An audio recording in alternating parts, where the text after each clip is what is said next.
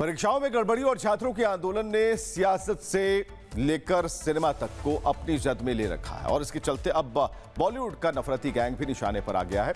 Bollywood actor Naseeruddin Shah के हड्डी वाले कुत्ते वाले बयान पर अब सियासी घमासान तेज हो गया। पहले पीयूष मिश्रा ने सवाल दागे, अब कंगना रनौत ने नसीरुद्दीन को लोमड़ी कहकर पलटवार किया।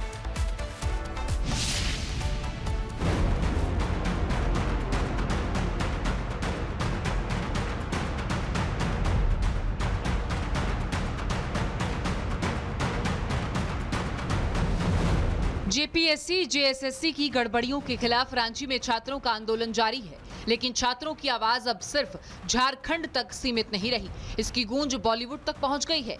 रांची में छात्रों के समर्थन में कंगना रनौत उतर आई हैं। कंगना ने निशाना साधा है अभिनेता नसीरुद्दीन शाह पर, जिन्होंने तिलचट्टों के प्रदर्शन पर बॉलीवुड की चुप्पी पर कहा था कि एक कहावत है, जिस कुत्ते के मुंह में हड्डी होती है वो भौंक नहीं सकता।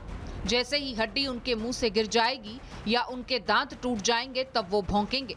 तो जिनके मुंह में हड्डियां होती हैं वो बोल नहीं सकते। बस नसीरुद्दीन शाह के इसी बयान पर कंगना रनौत ने कुत्ता बनाम लोमड़ी की इस जुबानी जंग को और गरमा दिया है। कंगना ने नसीरुद्दीन शाह पर ऐसा तंज कसते हुए लिखा, सच तो ये है कि हर कोई किसी ना किसी का कुत्ता है, लेकिन मुझे इस बात पर गर्व है कि मैं जिस घर यानी देश का खाती हूँ उसी की रखवाली भी करती हूँ और उसी के लिए लड़ती हूँ। नसीर साहब खाते तो इस देश का हैं, लेकिन लड़ते पड़ोसी देश के लिए हैं। आज के समय में किसी को कुत्ता कहना भी एक तरह से तारीफ है, क्योंकि वफादारी और मासूमियत अब बहुत कम देखने को मिलती है। इसीलिए मैं नसीरुद्दीन शाह जैसे लोमड़ी बनने से बेहतर कुत्ता कहलाना पसंद करूंगी। नसीरुद्दीन शाह के इसी बयान पर रांची पहुंचे पीयूष मिश्रा ने भी बड़े सवाल खड़े किए। उन्होंने पूछा कि जब झारखंड के छात्र आंदोलन कर रहे हैं तो वो कुत्ते कौन हैं जिनके मुंह में अब हड्डी है।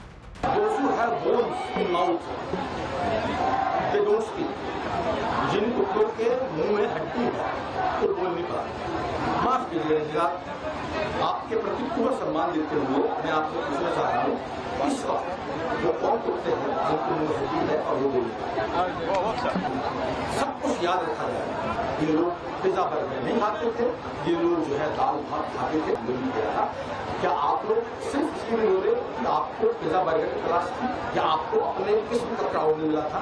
माफ कीजिएगा विजय साहब, आपकी बहुत इज्जत करता हूँ, लेकिन अब आपसे डरने को मिलेगा। माफ कीजिएगा। तिलचट्टों के प्रोटेस्ट के दौरान बॉलीवुड के कई कलाकार उनके मंच पर दिखे थे।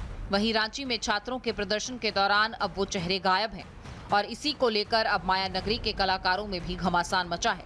सवाल सिर्फ कुत्ता और लोमड़ी के शब्दों का नहीं है, सवाल ये भी है कि छात्रों के आंदोलन पर बॉलीवुड की चुप्पी आखिर किसकी तरफ इशारा करती है।